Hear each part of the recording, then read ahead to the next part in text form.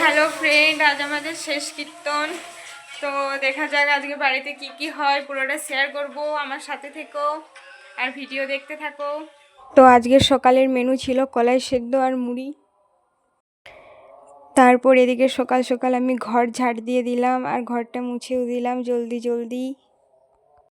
আর এদিকে দেখো বাবা আর ভাই রাতের মেনুর জন্য সব কিছু বাজার করে নিয়ে চলে এসেছে। তো রাত্রে দেখা যাক কি কি হয়, পুরো মেনুটা শেয়ার করব তোমাদের সাথে। আর এদিকে এত আইসক্রিম এনেছে যে আমি ভাবছি কখন আমি খেতে পাবো আইসক্রিম, কিন্তু আমার গলা ব্যথা হয়ে গেছে তাই আর খেতে পারবো না। আর এই যে এদিকে দুপুরের খাবারও তৈরি হয়ে গেছে, তো দুপুরে জলদি জলদি খেয়ে নিলাম। তারপর রাত্রের মেনুর জন্য সব কিছু রেডি করতে শুরু করে দিয়েছি।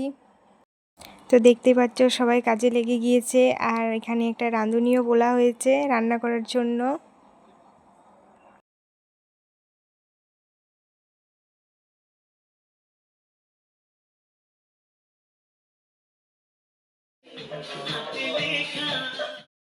তারপর আমার নাচের ক্লাস ছিল, সেখান থেকে ফিরে চলে এলাম নাচ করে। তারপর বাড়িতে দেখলাম মা পাস্তা বানিয়েছে আর খেয়ে নিলাম ঝটপট। তারপর এদিকে সন্ধ্যের রান্নাগুলোও সব রেডি হয়ে গেছে, দেখতেই পাচ্ছ কত কিছু করেছে। তো মেনুটা তো বলার কিছু নেই, তোমরা তো দেখতেই পাচ্ছ কি করেছে।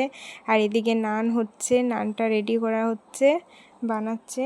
যাই হোক, তোমরা সবাই চলে এসো। ফ্রেন্ডস, আজকে আমাদের শেষ কীর্তন। ভাবলাম কীর্তন শুনতে যাব, তার জন্য রেডি হচ্ছিলাম, কিন্তু বাইরে এত বৃষ্টি হচ্ছে কি বলবো, কিছু বলার নেই। মেঘ করেছে, অনেক বাজ পড়ছে, আর যাওয়াই যাবে না, বেকার হয়ে গেল। আর রেডি হয়েছি বলতে ড্রেস সারে পরে নিয়েছি, দেখতেই পাচ্ছ। মেকআপটাও শুরু করেছিলাম, বাট কিছু করার নেই, বেকার, সব ধুয়ে ফেলতে হবে। যাই হোক, আজকে আর হলো না, ঘরেই সব কাটাবো। কীর্তন শুনতে তো যাওয়া হলো না, তাই ভাইপোর সাথে একটু মাস্তি হয়ে যাচ্ছে আমাদের বাড়িতে। আর এদিকে সবার খাওয়া দাওয়া কমপ্লিট হয়ে গেল।